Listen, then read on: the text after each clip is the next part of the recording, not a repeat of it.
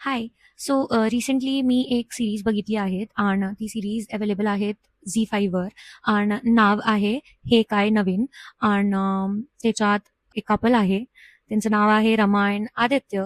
आणि ते खूपच गोड कपल आहेत. आणि त्यांच्या लाईफमध्ये कसं कसं ते प्रॉब्लेम्सला नेव्हिगेट करतात आणि कसं एक कपल सारखं राहतात. आणि खूपच गोड दाखवलंय की कसं म्हणजे आजच्या आमच्या जनरेशनमध्ये कसं प्रोफेशनल पर्सनल लाईफला आपल्याला घेऊन कसं कसं वाटतं.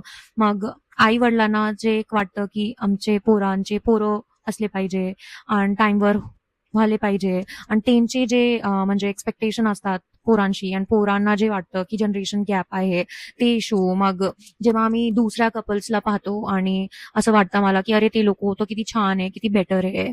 आणि हे सगळे इश्यूज. आणि मग एक टाइम असतो कपलच्या मध्ये जेव्हा त्यांना असं वाटतं की नाही आम्हाला ड्रिंक डबल इन्कम नो किड कपल हवं, म्हणजे त्यांना ते पटतंय. आणि मग नंतर कधीतरी त्यांना वाटतं की नाही काय आम्हाला मुलं पाहिजे की नाही पाहिजे. म्हणजे ते जे स्टेज आहे जेव्हा तुम्ही हे डिसाईड करता आणि मग कसं त्याला तुम्ही ते डिसिजनला पुढे वाढवता.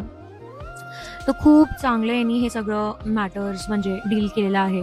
आणि जे जोडी आहे त्यांची ते खूपच गोड आहे. आणि असं वाटतं की ते सिरीज संपोच ना. मला मला खूप आवडलं. म्हणजे जसं परमनंट रूममेट बघितलं आहे, तर अगर तुम्हाला ते चांगलं वाटलं तर मला तर त्याच्याहून बेटर वाटलं हे. म्हणजे तितकं कॉमेडी सारखं नाही आहे, पण एक लग्नानंतर काय एक्सपेक्टेशन असतात, काय रिस्पॉन्सिबिलिटी असतात, आणि कसे दोघे लोक म्हणजे खरंच त्यांच्यामध्ये प्रेम असतं अगर, तर मग ते राहतात. म्हणजे त्यांचं पटतं काही ना काही, होतं काही ना काही.